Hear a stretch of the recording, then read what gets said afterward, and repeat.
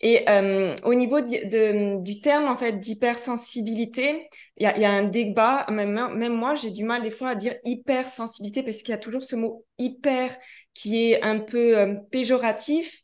Mais bon, moi, je l'utilise parce que bah, c'est le terme que je pense qui est le plus connu actuellement en France. Peut-être que je me trompe, hein, ça, vous le direz. Et Ouais. vous, ouais, quel est votre retour là-dessus? Je trouve que c'est dommage de l'utiliser. Je vais vous expliquer pourquoi. Mm, Je trouve que c'est dommage de l'utiliser, même si pour l'instant, c'est encore le thème le plus connu, parce qu'il y a eu une maldonne au début. Et que cette maldonne, on peut la changer, en fait. Dans tous les pays du monde, en dehors de la France, on parle de haute mm, sensibilité. Et en fait, quand le premier livre d'Hélène Aron, donc la spécialiste américaine de la sensibilité élevée, quand son premier livre a été traduit, il a été mal traduit de ce point de vue-là, puisque euh, ils ont choisi, la personne qui l'a traduit a choisi hypersensibilité et hypersensible, au lieu de rester tout simplement dans la traduction simple de l'anglais, highly sensitive person, ces personnes hautement sensibles et haute sensibilité. Il se trouve qu'en France, le terme hypersensible les termes hypersensible et hypersensibilité sont d'abord des termes médicaux d'accord. qui désignent les allergies, les intolérances et une grande réactivité à des substances ou aux remèdes.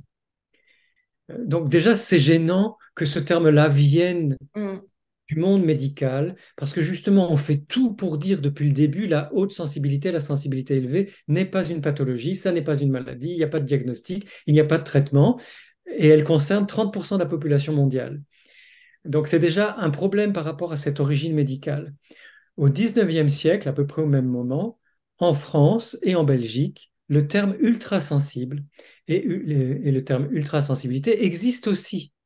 Et ce sont des termes qui sont utilisés par les artistes et notamment par les poètes, dont Baudelaire, hein, qui a dit ne mépriser la sensibilité de personne, mm. sa sensibilité, c'est son génie.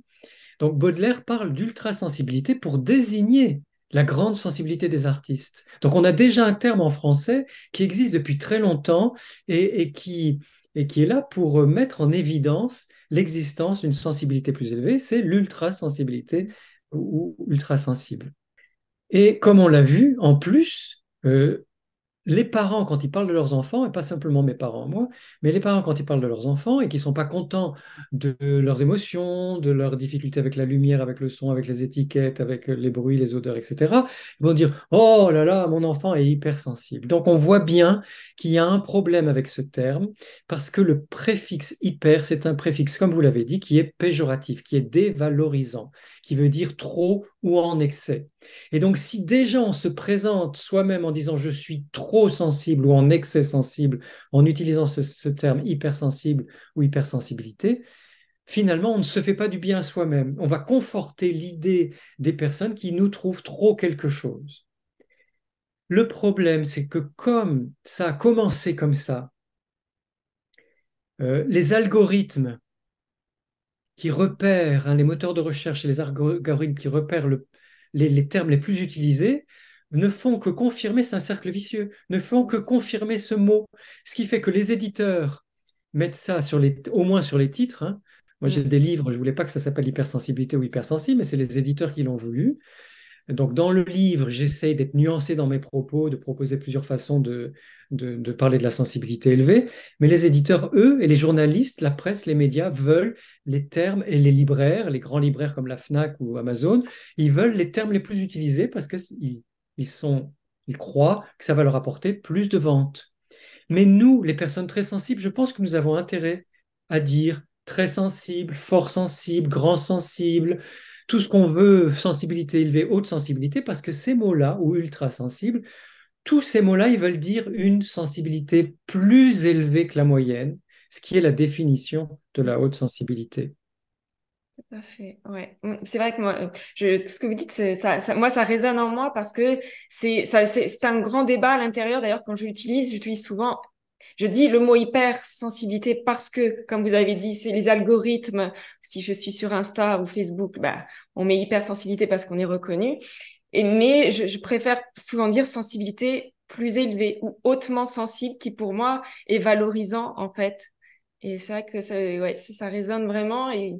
Et il faudrait, ouais, t'as tout à fait, il faudrait essayer. Exactement. Et je pense que même sur Facebook et Instagram ou les autres réseaux sociaux, on peut utiliser haute sensibilité, sensibilité élevée, grande sensibilité, etc. et mettre les hashtags, les dièses, après avec, si on veut, hypersensibilité pour que le moteur de recherche trouve notre publication. Mais dans notre façon de présenter la sensibilité élevée, on n'est pas obligé d'employer les mots des algorithmes. Et même ce mot, même ultra sensible, je le trouve plus, euh, pas, j'allais dire péjoratif, pas du tout, pas plus péjoratif, mais plus sympathique que hyper. Oui, L'ultra, je oui, sais plus, c'est plus oui. valorisant. Voilà, je cherchais le mot. C'est plus valorisant que le hyper. Parce que quand Tout on à est fait. hyper, c'est que, voilà, on est Parce que hyper ultra en stressé. français, en langue française, ultra, ça veut dire le degré le plus élevé de. Mm, Et donc, c'est valorisant. Ça veut dire simplement une sensibilité plus élevée que la moyenne. Ultra, on l'a dans ultrason, ultraviolet, etc. mm. Ouais, c'est vrai que c'est des termes, c'est des choses qu'il faut essayer de, voilà, de mettre ça en fait dans la Oui, tête des gens comme une petite graine et puis sûrement qu'au fur et à mesure, exactement. Et qu'on en prenne l'habitude parce qu'on parle de haute montagne, on parle de haute couture, on parle de haute Corse, vous qui êtes en Corse. tout à On peut fait. très bien parler de haute sensibilité, c'est pareil. Tout à fait, ouais, ouais. Et c'est beaucoup plus valorisant et même plus joli. C'est Oui, même et plus c'est plus joli joli, oui, plus à valorisant. entendre.